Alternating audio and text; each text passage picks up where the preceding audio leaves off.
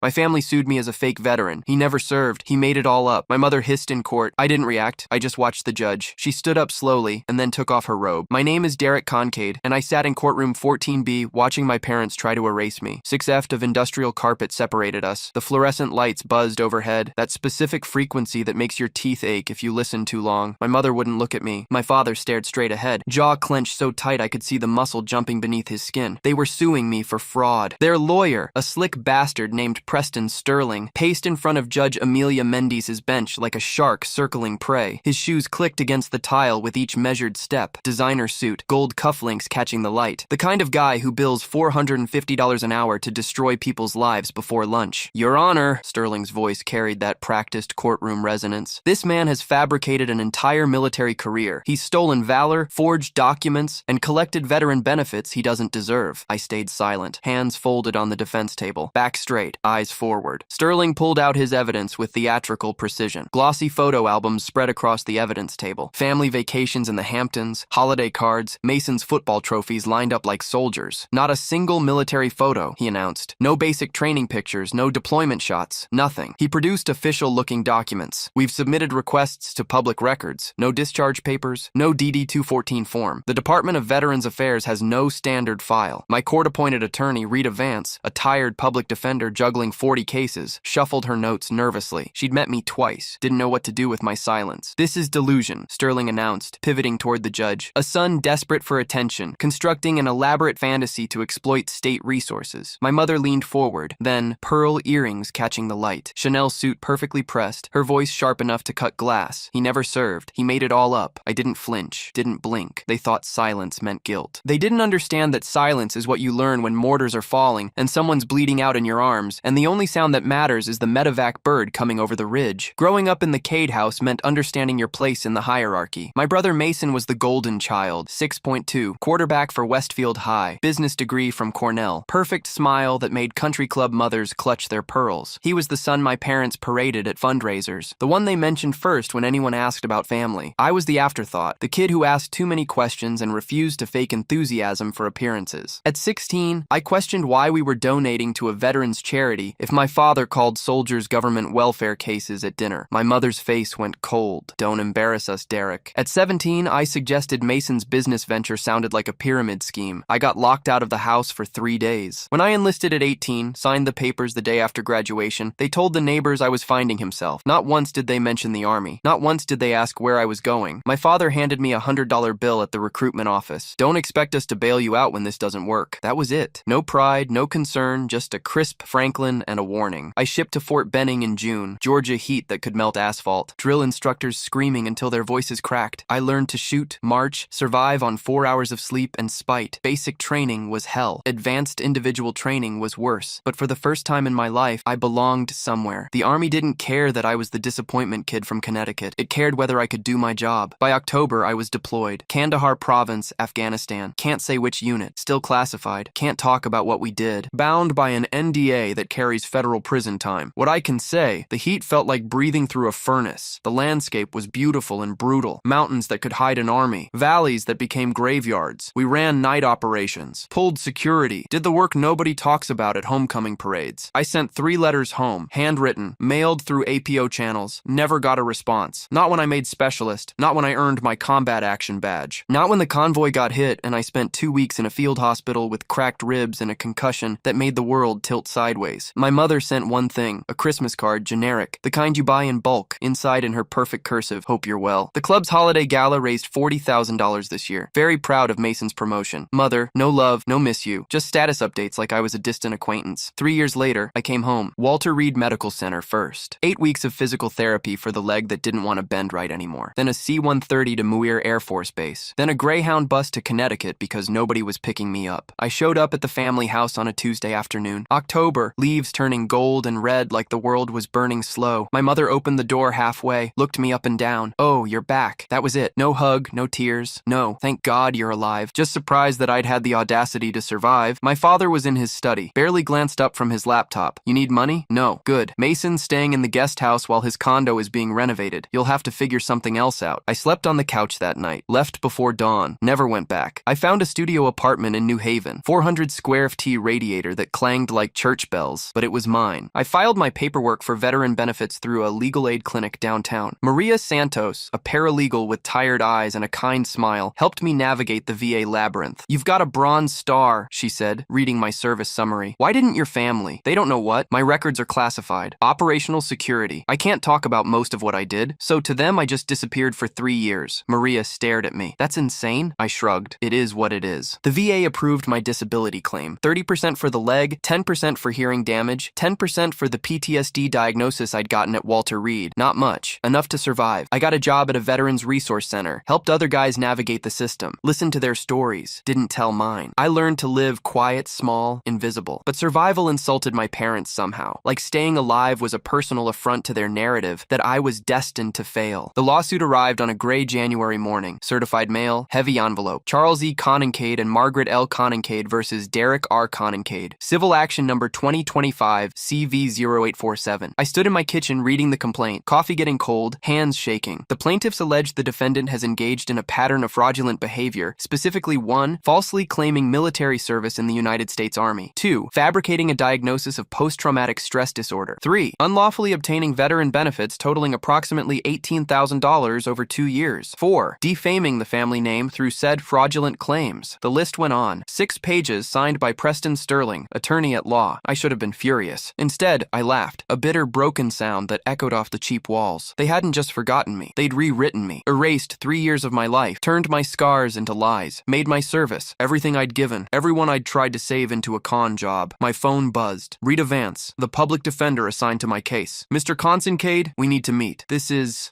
bad." Rita's office smelled like stale coffee and desperation. Files stacked on every surface. A potted plant dying slowly by the window. She looked exhausted. "Okay, walk me through this. You served?" "Yes." "You have proof. It's classified." "What does that mean?" "My unit operated under sealed protocols. My records are redacted. Even my medical evacuation papers only list a code designation." Rita rubbed her temples. "So, you have no proof." "I have a DD-214, but the details are blackguard. National security exemption, and you can't declassify them. Not without Pentagon authorization, which takes months if they approve it at all." Rita leaned back. Her chair squeaked. "Your parents have money?" "Yes. Sterling's a shark. He specializes in reputation cases. High-profile families protecting their image." She pulled out a file. "They've submitted 30 affidavit. Country club members, family, friends, business associates, all saying they never saw evidence of military service. Because I never told anyone. Why? What was I supposed to do? Show up at their charity galas in my uniform, beg them to acknowledge me?" Rita was quiet. "Then this is going to trial, and without documentation, we're going to get destroyed." The deposition started in February. Preston Sterling's office had floor-to-ceiling windows overlooking New Haven Harbor. Leather chairs, original art on the walls. The receptionist offered me sparkling water. Sterling himself was 50-some, silver hair, perfectly styled, smile that never reached his eyes. "Mr. Conincade, thank you for coming." He settled into his chair like a king on a throne. Court reporter already typing. "Let's start simple. You claim you served in the United States Army from June 2021 to September 2024. "Yes." "Where?" "Afghanistan." "Can't specify location." "Operational security." "How convenient." He made a note. "And your unit?" "Classified." "Your commanding officer?" "Classified." "The base you were stationed at?" "Classified." Sterling smiled. "Mr. Conincade, you understand how this sounds?" I said nothing. He slid a document across the table. "This is a letter from the Department of Defense. We submitted a FOIA request for your service records. They confirm. There is no Derek R. Conincade listed in general enlistment databases for the dates you claim. Because my records are sealed or because you never served." Rita intervened. "Objection. Argumentative." Sterling waved it off. "Let me ask you this, Derek. Can I call you Derek?" I didn't answer. "Why would your parents lie? What do they gain from this lawsuit?" "You'd have to ask them." "I have. They say you came home 3 years ago after traveling around Southeast Asia, working odd jobs, and started claiming military service to access benefits. They say they tried to intervene, get you psychiatric help, but you became hostile, threatening." My stomach dropped. "That's not true. They have documentation, emails to a family therapist, text messages expressing concern, a formal request to the VA questioning your eligibility." He slid more papers across. I scanned them. My mother's handwriting, my father's signature. They'd been building this case for 2 years. The hearing was set for March 15th. I had 6 weeks. Rita tried everything. She contacted the Pentagon, stonewalled by classification protocols. She reached out to the VA. They confirmed my benefits, but couldn't release details without authorization. She tracked down guys from my basic training unit. 2 were deployed overseas. 1 was dealing with his own VA nightmare. 1 was too messed up to give a coherent statement. Every door closed. "We need character witnesses," Rita said during one of our prep sessions. "People who knew you before, during, after. I don't have anyone. Friends, teachers, employers. I left for basic training training the day after graduation. Haven't been back to Connecticut much since. The people I served with. I can't contact them without violating security protocols. Rita looked like she might cry. Derek, they're going to win. I knew she was right. My parents showed up to every pre-trial motion. Margaret in designer suits, Charles in tailored wool. They sat in the gallery looking like concerned parents, victimized by a troubled son. Mason came to one hearing, sat in the back, didn't make eye contact. After I cornered him in the parking garage. You really think I made this up? He wouldn't look at me. I don't know what to think, Derek. You're my brother, and you disappeared for 3 years. No calls, no visits. Then you show up claiming you were some secret soldier. He finally met my eyes. It sounds insane. It is insane. That's why it's true. But Mason just shook his head. Mom and Dad just want to protect the family from what? The truth. He walked away, left me standing next to my beat-up Honda, leg aching, hands shaking with rage I couldn't express. Trial started on a Wednesday, March 15th. The courthouse smelled like floor wax and old wood. Judge Amelia Mendes presided, 50 years old, sharp eyes, reputation for running a tight courtroom. She'd been appointed 2 years ago after a distinguished career as a prosecutor. Rita had warned me, Mendes is tough but fair. She doesn't tolerate games, but she also doesn't tolerate sob stories. Just answer honestly. Don't embellish. The courtroom filled slowly. My parents and their legal team on one side, me and Rita on the other. A handful of observers in the gallery, court watchers, a couple journalists, someone sketching for a local news site. Judge Mendes entered. We stood seated. Case number 2025 CV0847, Concade versus Concade. Mr. Sterling. Opening statement. Sterling rose smooth, confident. He painted a picture of a troubled young man who couldn't handle expectations, who disappeared for years, who returned with elaborate stories and a con artist's charm. The evidence will show, he concluded, that Derek Concade never served a day in uniform, that he has defrauded the government and embarrassed his family through a calculated campaign of lies. He sat down. Rita stood. Her opening was shorter, simpler. The evidence will show that Derek Concade is exactly who he says he is, that his service is real, and that his parents, for reasons we may never fully understand, have chosen to deny it. Then the testimony began. Sterling called my mother first. Margaret Quincade took the stand like she was accepting an award, poised, elegant, sympathetic. Mrs. Concade, can you describe your relationship with your son? It's been difficult. She dabbed her eyes. No actual tears. Derek has always been troubled, rebellious. He resented his brother's success. Did he tell you he was joining the military? No. He left home suddenly. We didn't hear from him for months, and when he returned, he showed up at our door claiming he'd been in Afghanistan. But he had no proof, no photos, no stories he could actually tell. It was all vague, suspicious. Did you believe him? We wanted to. She looked at the jury, but the more we investigated, the more inconsistencies we found. Sterling introduced the evidence piece by piece. Photo albums, guest lists from family events during my supposed deployment, statements from country club members, a letter from my high school guidance counselor describing me as prone to exaggeration. It was devastating. Rita cross-examined. Mrs. Concade, did Derek send you letters while he was gone? A few. Did you keep them? No. Did you respond? Pause. I don't recall. You don't recall if you wrote your son back while he claimed to be in a combat zone? It was a confusing time. Did you ask him about his service when he returned? He wouldn't talk about it, or you wouldn't listen. Objection. Sterling was on his feet. Sustained, Judge Mendes said, but her eyes flickered to my mother. My father testified next. Charles Concade, CEO of a regional investment firm, board member at 3 nonprofits, pillar of the community. He was colder than my mother, more clinical. Derek has always struggled with reality, he stated. This military fantasy is just the latest illusion. You filed a complaint with the VA? Yes, we believe he fraudulently obtained benefits. Why would he do that? Money, attention, a way to justify years of aimless drifting. Rita barely made a dent on Cross. My father was too practiced, too smooth. Sterling called Mason. My brother looked uncomfortable, kept tugging at his tie. Did Derek ever mention military service before he left? No. Has he shown you proof since returning? He says it's classified. Do you believe him? Long pause. I don't know what to believe. Then Sterling called Dr. Lawrence Peaton, a psychiatrist who'd never met me, but had reviewed materials related to the case. In your professional opinion, doctor, is it possible someone could fabricate a military history? Absolutely. It's called pseudo-alogia fantastica, pathological lying driven by a need for significance. Could someone experiencing this condition pass initial VA screening? Potentially, especially if they've researched extensively and can mimic symptoms. Could they fake PTSD? It's documented in medical literature. Rita objected. Your Honor, Dr. Peaton has never examined my client. Goes to wait. Judge Mendes ruled. Continue. We recessed for lunch. I couldn't eat. My hands wouldn't stop shaking. Rita tried to be encouraging. We have our turn this afternoon. I'll put you on the stand. No, Derek, you have to testify. I can't talk about most of what happened. Every answer will be classified or I can't discuss that. It'll sound like I'm hiding something. You are hiding something. Your actual service. Because I legally have to. She slumped back. Then we're done. Sterling's going to argue that your silence proves guilt. Judge Mendes will have no choice but to rule against you. I stared at the courthouse cafeteria table, at my reflection in the scratch scratched surface. I won't break my oath, I said quietly, even to save myself. Rita was quiet then. That's incredibly stupid. Yeah, probably. Court reconvened at 1:30 p.m. Sterling began his closing arguments. He was methodical, devastating. He walked the jury through every piece of evidence, every contradiction, every moment of my silence. How can we trust someone who can't even prove where he's been, he concluded. Who hides behind classified at every question? Who asks us to believe an extraordinary story with zero verification? He gestured to my parents. These are good people trying to protect their family name, to stop a pattern of behavior before it causes more damage. The defense has provided nothing. No witnesses, no documents, no proof, just silence, just excuses. He sat down. Rita stood for our closing. She was brief, too brief. Derek Consincade served his country. The fact that he can't prove it in this courtroom doesn't mean it didn't happen. His silence is honor, not guilt. I urge you to consider. Judge Mendes leaned forward suddenly. Ms. Vance, one moment. The room went quiet. Mendes looked at me, really looked at me. Her expression was unreadable. Mr. Consincade, stand up. I stood, leg protesting, heart hammering. Turn around slowly. I did. Felt every eye in the courtroom tracking me. Lift your left pant leg. I hesitated. Rita looked confused. Sterling was already objecting. Your Honor, this is highly irregular, I said. Lift it. I bent down, pulled up the fabric, exposed the scar running from my ankle to mid-fee. Puckered, angry. The kind of mark that comes from shrapnel in emergency field surgery. The courtroom was dead silent. That's enough, Mendes said. You can sit. I sat. My hands were shaking harder now. Judge Mendes picked up her gavel, set it down, stood. I'm calling a recess. 30 minutes. Everyone remain available. She left the bench. The bailiff looked confused. I waited in the hallway with Rita. She was pacing. What just happened? I don't know. Did you know the judge was going to do that? No, Derek. That's Scar IED blast. Kandahar province. Can't say more than that. Rita stopped pacing. How bad? Bad enough. She was quiet. Then if Mendes recognizes it as combat trauma, maybe she'll take that into consideration. But I don't know. I've never seen her do anything like this. 35 minutes later, we were called back. Judge Mendes sat at her bench. Her expression was different, harder, more certain. Court will come to order. Mr. Sterling, you may proceed with any remaining arguments. Sterling stood. Your Honor, the plaintiff's rest. We believe the evidence clearly demonstrates. I can tell you exactly where he's been. The room froze. Every head turned. Judge Mendes's voice was low, steady, deadly, calm. Excuse me. Sterling looked confused. I said, I can tell you exactly where Derek Consincade has been. My mother's hand flew to her pearls. My father went rigid. Sterling's mouth opened and closed like a fish dying slowly on a dock. Mendes continued, each word deliberate. 112th Medical Evacuation Battalion, Arghandab Valley, Kandahar Province, August 2023. My heart stopped. Our convoy got hit. I was pinned in a vehicle that was catching fire. Specialist Derek Consincade pulled me out. She looked directly at me. He held pressure on my femoral artery with his bare hands for 40 minutes while we waited for the medevac chopper. I was bleeding out, going into shock. He kept talking to me, kept me conscious, kept me alive. If the courtroom had gone completely silent. I didn't know his real name until I saw the case file last week, Mendes continued. In the field, we all used call signs, but I recognized the scar on his leg. Same blast that injured me, same shrapnel pattern. Sterling tried to recover. Your Honor, this is